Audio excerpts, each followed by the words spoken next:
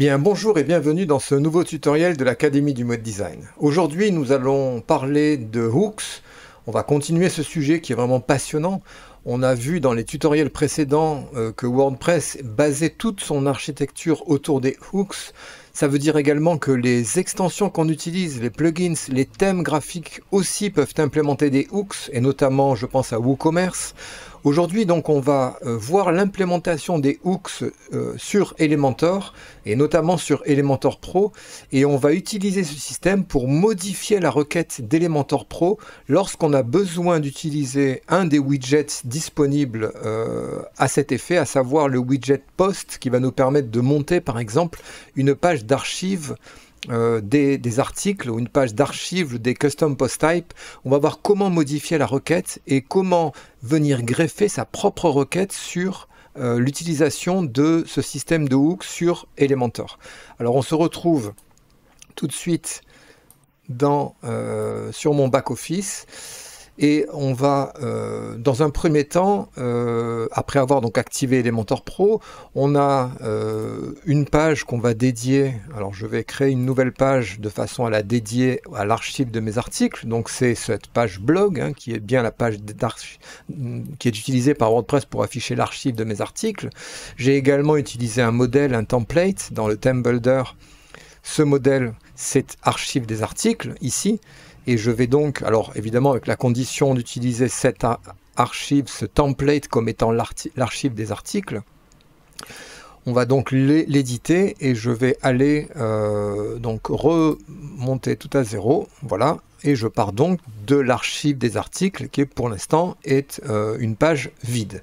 Alors l'idée ça va être d'utiliser le widget Post, ce widget d'Elementor Pro qui va me permettre de récupérer tous les articles présents sur mon site. Hein. Alors on a dans ce widget Post qui est très commun à utiliser parce que c'est un widget qui est assez puissant, on a des notions de layout, on a des notions de requête, et là on va revenir là-dessus puisque ça va être notre travail du jour, et ensuite des notions de pagination qui nous permettent de mettre une pagination en route, hein, sous réserve qu'on ait par exemple beaucoup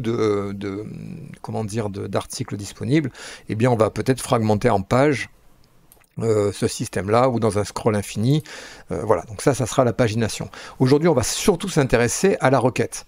Alors la requête, les paramètres qu'on a pour la requête dans ce widget Post sont assez intéressants, hein, puisqu'on peut sélectionner la source, à savoir des articles, des pages, une sélection manuelle. Voilà, là on a plusieurs possibilités. On aurait aussi les custom post type accessibles si j'avais des custom post type, mais pour l'instant sur ce site-là, je n'ai pas de custom post type.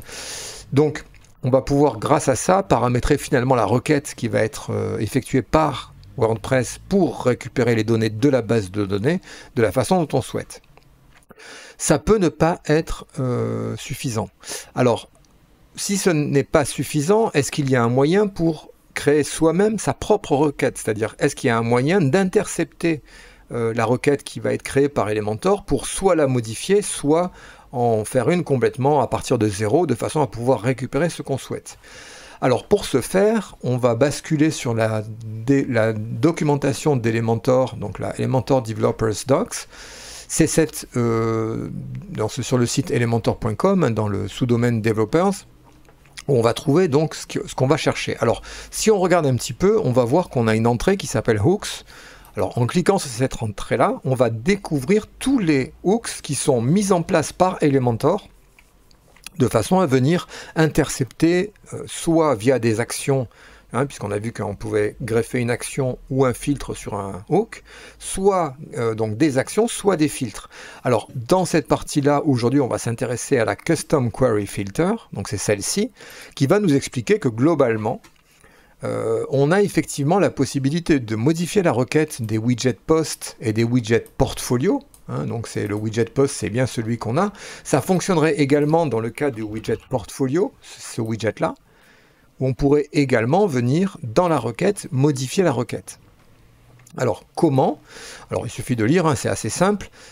Pour définir un custom filter, c'est-à-dire un filtre personnalisé, il va suffire de renseigner dans le Query ID, donc ici, hein, dans cette partie Query ID, d'y insérer le nom d'un callback qu'on va aller créer, et donc le contrôle de la requête va être transféré au callback. Donc c'est ce principe. C'est le principe suivant, un principe qui est utilisé très souvent, donc bon, comme vous commencez maintenant à le voir, dans WordPress, à savoir, on va créer un callback, on va créer le lien via un query ID ici, qui va être le nom du callback, et donc du coup, ça va nous permettre eh bien d'intercepter la requête et de la modifier.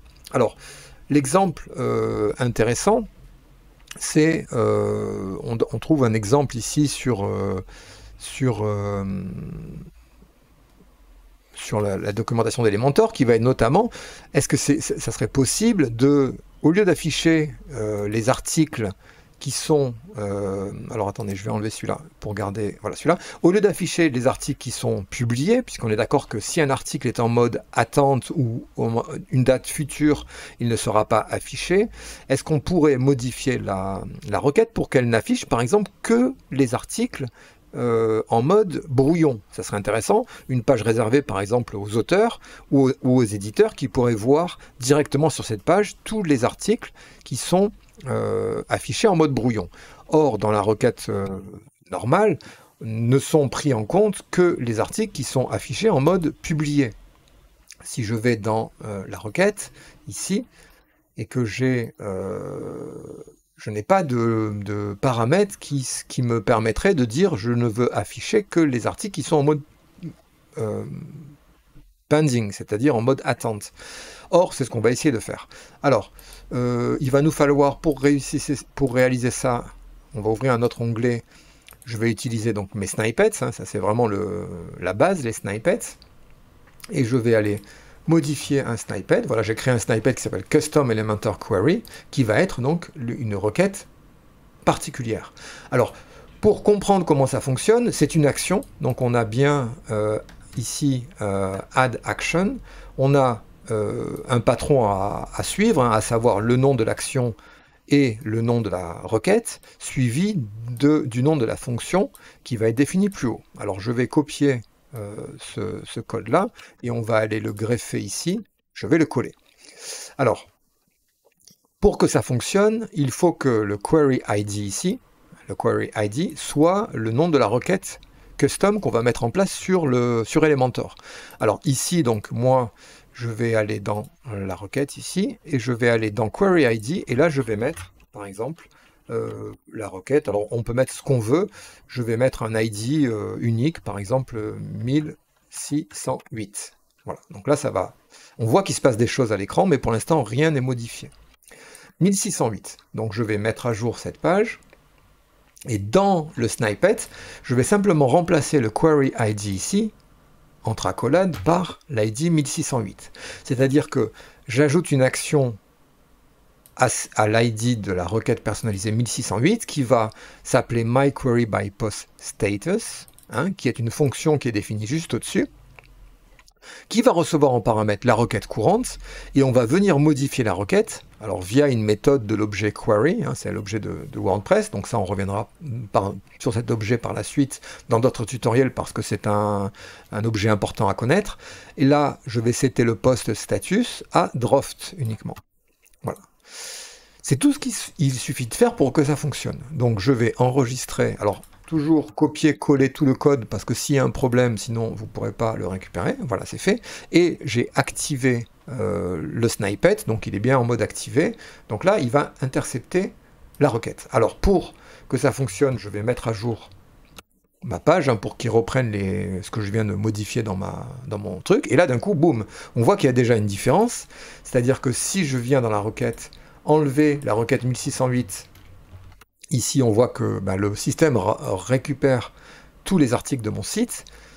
Si je mets la requête 1608, hop, et bien maintenant, il y a quelque chose qui se passe. Alors, on pourrait voir ici, on pourrait mettre, alors on va essayer de mettre un WP-DY, qui est une méthode pour sortir un texte, un custom query executed. Voilà, je mets à jour, je recharge ma page, et là on voit que tout de suite, hop, Custom Query Executed, on passe bien dans notre code, puisqu'il a bien affiché ce code-là, d'accord?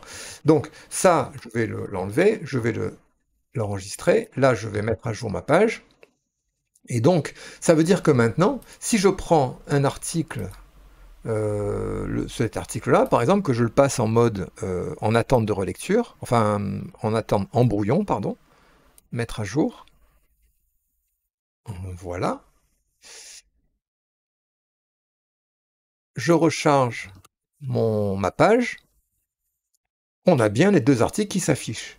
Donc ça veut dire que je suis en train d'intercepter la requête et je suis en train de la modifier. Je suis en train de modifier la requête avant qu'elle ne soit affichée. D'accord? Donc c'est là où on peut rajouter, si je rajoute publish, virgule, et draft, eh bien je vais avoir maintenant, en fait, sur mon blog, ici, tous les articles, aussi bien les articles publiés que les articles qui sont en mode draft. Donc c'est pas plus compliqué que ça de modifier la requête d'Elementor Pro de façon à pouvoir y insérer sa propre requête, à y effectuer ses propres actions, de façon à avoir le résultat qu'on souhaite avoir. On va prendre un deuxième exemple pour illustrer ça. Je voudrais, par exemple, je suis sur ma page d'accueil, donc je vais sur ma page d'accueil. Bon, il n'y a peut-être pas grand-chose sur ce site parce que c'est vraiment un site de test et de magouille. Donc je vais modifier ma page d'accueil. Voilà, donc là je vais supprimer tout ce qu'il y a dessus. Je vais utiliser le widget post. Donc là ici. Et ce widget post, eh bien j'aimerais faire un peu l'équivalent de ce que je peux faire avec la requête, c'est-à-dire inclure uniquement des termes, des certaines catégories. Alors, est-ce que j'ai des catégories là-dedans? Je vais aller voir tout de suite. Dans un nouvel onglet, on va aller voir, on a des catégories. Donc là, j'ai 3 articles dans @quemodi. Alors, je peux le faire ici. Hein, si je fais @quemodi, en fait, il va me filtrer uniquement 3 articles, c'est-à-dire les articles qui sont associés au terme de la taxonomie, donc de la catégorie. Ce terme, c'est @quemodi. J'aimerais bien refaire la même chose via du code PHP, simplement pour combiner ça à d'autres possibilités. Alors, pour que je puisse faire ça, je vais dans le site de développement d'Elementor, et là, on va voir qu'on a pas mal de possibilités. Alors, c'est des exemples, hein. On peut par exemple filtrer par post type, hein. On peut donc combiner par exemple plusieurs types de custom post type en faisant un set sur la query avec le paramètre post type. On va avoir aussi le paramètre taxonomie. Alors, je vais regarder s'il y a l'exemple ici. S'il n'y est pas, on va aller chercher dans la documentation de WordPress. Donc, WordPress, on va aller chercher ici comment récupérer une taxonomie. Vous allez voir, c'est assez simple. WordPress, non, c'est pas celui-là, c'est pas .com, hein, c'est .org. WordPress.org. Hop. WordPress.org. Et on va faire un Word Query Set taxonomie. On va rechercher. Voilà, donc là, on doit avoir ici taxonomie, parameters. Voilà. Donc, sur un set, on va pouvoir faire taxonomie. Alors, ça doit être taxonomie, catégorie, terms, array, d'accord? Donc, on va. Alors, en fait, les terms, ça va être un tableau qui est attendu avec les notions dedans, enfin les termes de la taxonomie. Donc, je vais simplement récupérer terms ici pour aller modifier ici terms. Et là, je vais passer un tableau avec uniquement un seul élément, hein, qui va être... alors, il faut que je vois si ça marche sur l'ID du terme ou sur son nom, mais je pense que ça doit marcher sur son nom. Donc, je vais ouvrir la catégorie, elle est là. Donc, @quemodi, on va copier ce nom-là, hop, et je vais le mettre ici, dans la requête. Donc, je vais copier-coller si jamais j'ai une erreur. Voilà, donc là, j'ai pas d'erreur. Je vais mettre ici la requête 1608. Et là, donc, en le faisant, alors, d'accord, si j'étais... alors, je vais enlever ça.